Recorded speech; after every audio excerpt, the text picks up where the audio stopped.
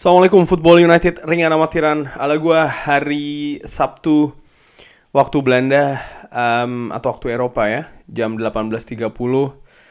Manchester United akan tandang menghadapi Brentford. Di video sebelumnya gua udah bikin preview, tapi kali ini gua ingin ngobrol ringan masih terkait dengan pertandingan hari Sabtu itu, yaitu adalah ada seorang pemain yang tentu saja merupakan kunci dari Brentford musim lalu. Kali ini sang pemain harus menghadapi sang mantan klub, di mana klub saat ini dari pemain tersebut juga masih berjuang setelah kalah di pertandingan pertama menghadapi Brighton. Siapa lagi kalau bukan Christian Eriksen. Christian Eriksen, pemain yang menurut gue cukup fenomenal. Tentu saja kita semua tahu bagaimana dia collapse di Euro, lalu selesai dengan Inter Milan, tidak ada klub, berlatih dengan Ajax sementara. Pada saat itu mungkin pertama kali dia bertemu langsung dengan Erik ten Hag, mungkin ya. Lalu setelahnya ke Brentford, dan apa yang dilakukan dari musim dingin sampai dengan akhir musim lalu di Brentford menurut gue cukup fenomenal, cukup luar biasa. Menyelamatkan Brentford dari degradasi dan bahkan membawa Brentford finish di papan tengah. Musim lalu 2 kali Manchester United menghadapi Brentford, 2 kali Manchester United menang, 3 gol disarankan di masing-masing pertandingan. Tapi di pertandingan besok menurut gue akan sulit melihat raihan di pertandingan pertama dari Brentford yang tampil cukup luar biasa menahan Leicester 2-2 setelah sebelumnya ketinggalan 2-0. Sementara Manchester United, nah ini nanti ada kaitannya dengan Christian Eriksen yang ingin gue bahas. Ngobrol ringan kali ini mungkin agak sedikit lebih ya tentang Eriksen ini di pertandingan besok Sabtu. Manchester United di pertandingan minggu lalu kalah 1-2 menghadapi Brighton. Manchester United tampak jelas punya masalah di lini tengah. Ini sebenarnya sudah terjadi di pre-season, di mana ketika Manchester United yang di tangan Erik ten Hag nampak ingin menampilkan sepak bola yang lebih rapi dengan pressing tinggi, pergerakan cair, ya kan, sepak bola menyerang. Tapi juga ketika build up ini dengan rapi, artinya dari kiper, belakang, tengah. Nah, permasalahan adalah di lini tengah yang merupakan lini penghubung antara lini belakang dan juga lini depan. Kemarin di babak pertama tampil buruk. Fred dan Scott McTominay yang tampil di posisi pivot tidak bisa menghubungkan lini ini dengan bagus. Banyak sekali kesalahan, banyak sekali kekeliruan. Bahkan di 15-20 menit awal, kalau seandainya Brighton itu bisa tampil lebih tenang, bukan tidak mungkin sudah jebol itu gawang dari David De Gea. Fred tidak bisa melakukan banyak hal karena dia di pressing cukup ketat oleh pemain Brighton. Bahkan pemain Brighton ini tidak hanya melakukan high press terhadap Fred ya di daerah pertahanan Manchester United, tapi juga para defender atau pemain bertahan dari Manchester United, sehingga Manchester United sangat sulit membangun serangan di lini tengah serang dan juga lini depan. Tampil dengan false nine. Sistem yang gua tidak cukup yakin selama ini dimainkan dengan Manchester United mampu memberikan kontribusi yang cukup bagus atau maksimal. Ternyata terbukti macet, tidak berjalan. Bruno Fernandes, Christian Eriksen yang berulang kali bergantian ya, ada yang jadi gelandang serang, ada yang menjadi penyerang, false nine maksud gua, tidak berkutik menurut gue, tidak banyak memberikan kontribusi serangan. Mungkin hanya ada 1 ataupun 2 sepanjang 45 menit babak pertama, selebihnya kekacauan. Di babak kedua menariknya Christian Eriksen yang tampil agak sedikit lebih dalam sebagai deep lying playmaker. Dengan amatiran ala gue justru terlihat bisa lebih memberikan kontribusi, sehingga bahkan banyak ya kalau gue baca di artikel, jurnalis dan lain-lain ini memberikan poin tinggi kepada Christian Eriksen karena terlihat sekali perannya cukup berbeda, mampu menghubungkan lini belakang dan lini depan dengan cukup bagus. Posisinya pun tidak bertumpuk lagi dengan seorang Bruno Fernandes.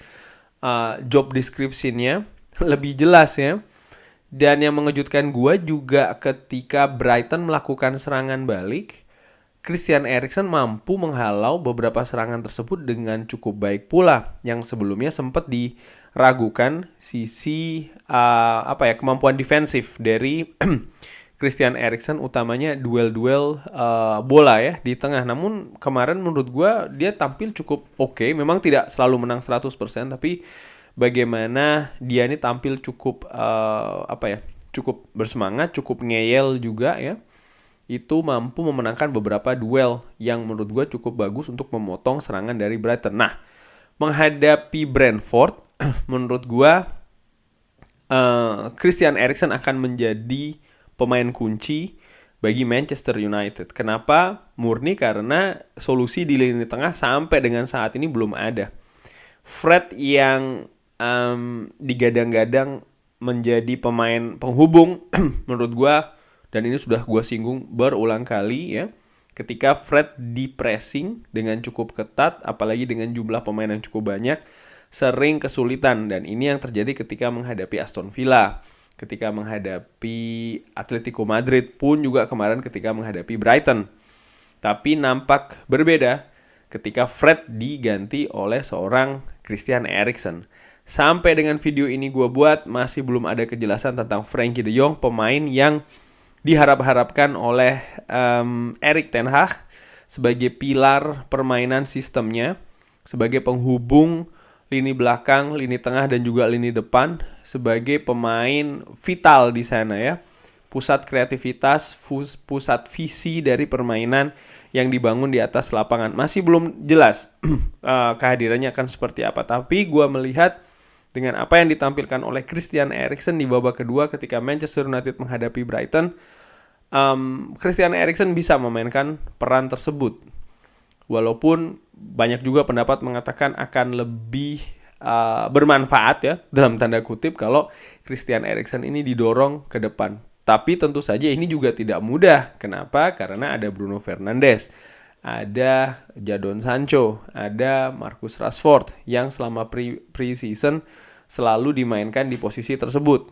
Kemarin di babak pertama memang tampilannya tidak cukup maksimal. Menurut gua kenapa ringan amatiran? Karena macetnya sekali lagi posisi pivot, gelandang pivot di Manchester United, sehingga kontribusi dari sisi penyerangan ya, dari gelandang-gelandang serang maupun juga striker Manchester United tidak maksimal.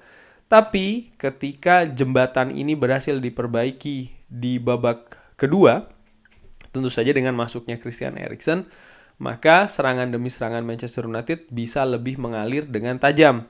Hanya saja sayang ya, konversi gol hanya bisa 1, itu pun juga dari bola mati. Walaupun seperti Marcus Rashford ada 2 peluang ya kan, belum lagi ada beberapa momentum yang masih setengah matang sih ya, menurut gue dengan amatiran. Tapi kalau dibandingkan dengan babak pertama jauh lebih bagus. Nah, maksud gue bagaimana? Maksud gue Christian Eriksen perannya akan sangat vital sekali, akan sangat sentral sekali bagi lini tengah Manchester United. Bukan hanya bagi lini tengah, tapi juga bagi Manchester United di pertandingan menghadapi Brentford. Ini gue perkirakan demikian. Dan tentu saja ini akan menjadi ironi tersendiri. Kenapa? Karena musim lalu Christian Eriksen adalah pilar dari Brentford.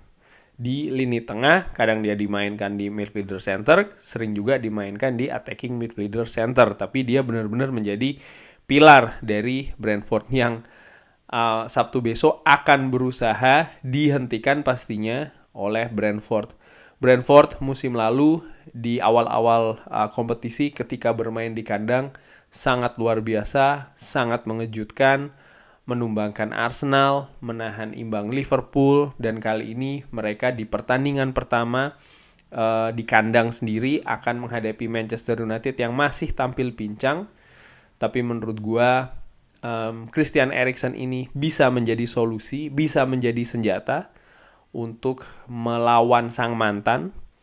Tapi sebaliknya, kalau sang mantan artinya Brentford, dengan mungkin pengalamannya bermain bersama pemain-pemainnya, maksud gue yang pernah bermain dengan Christian Eriksen, mengerti bagaimana cara mematikan Christian Eriksen, dan itu bisa mereka terapkan besok ketika menghadapi Manchester United.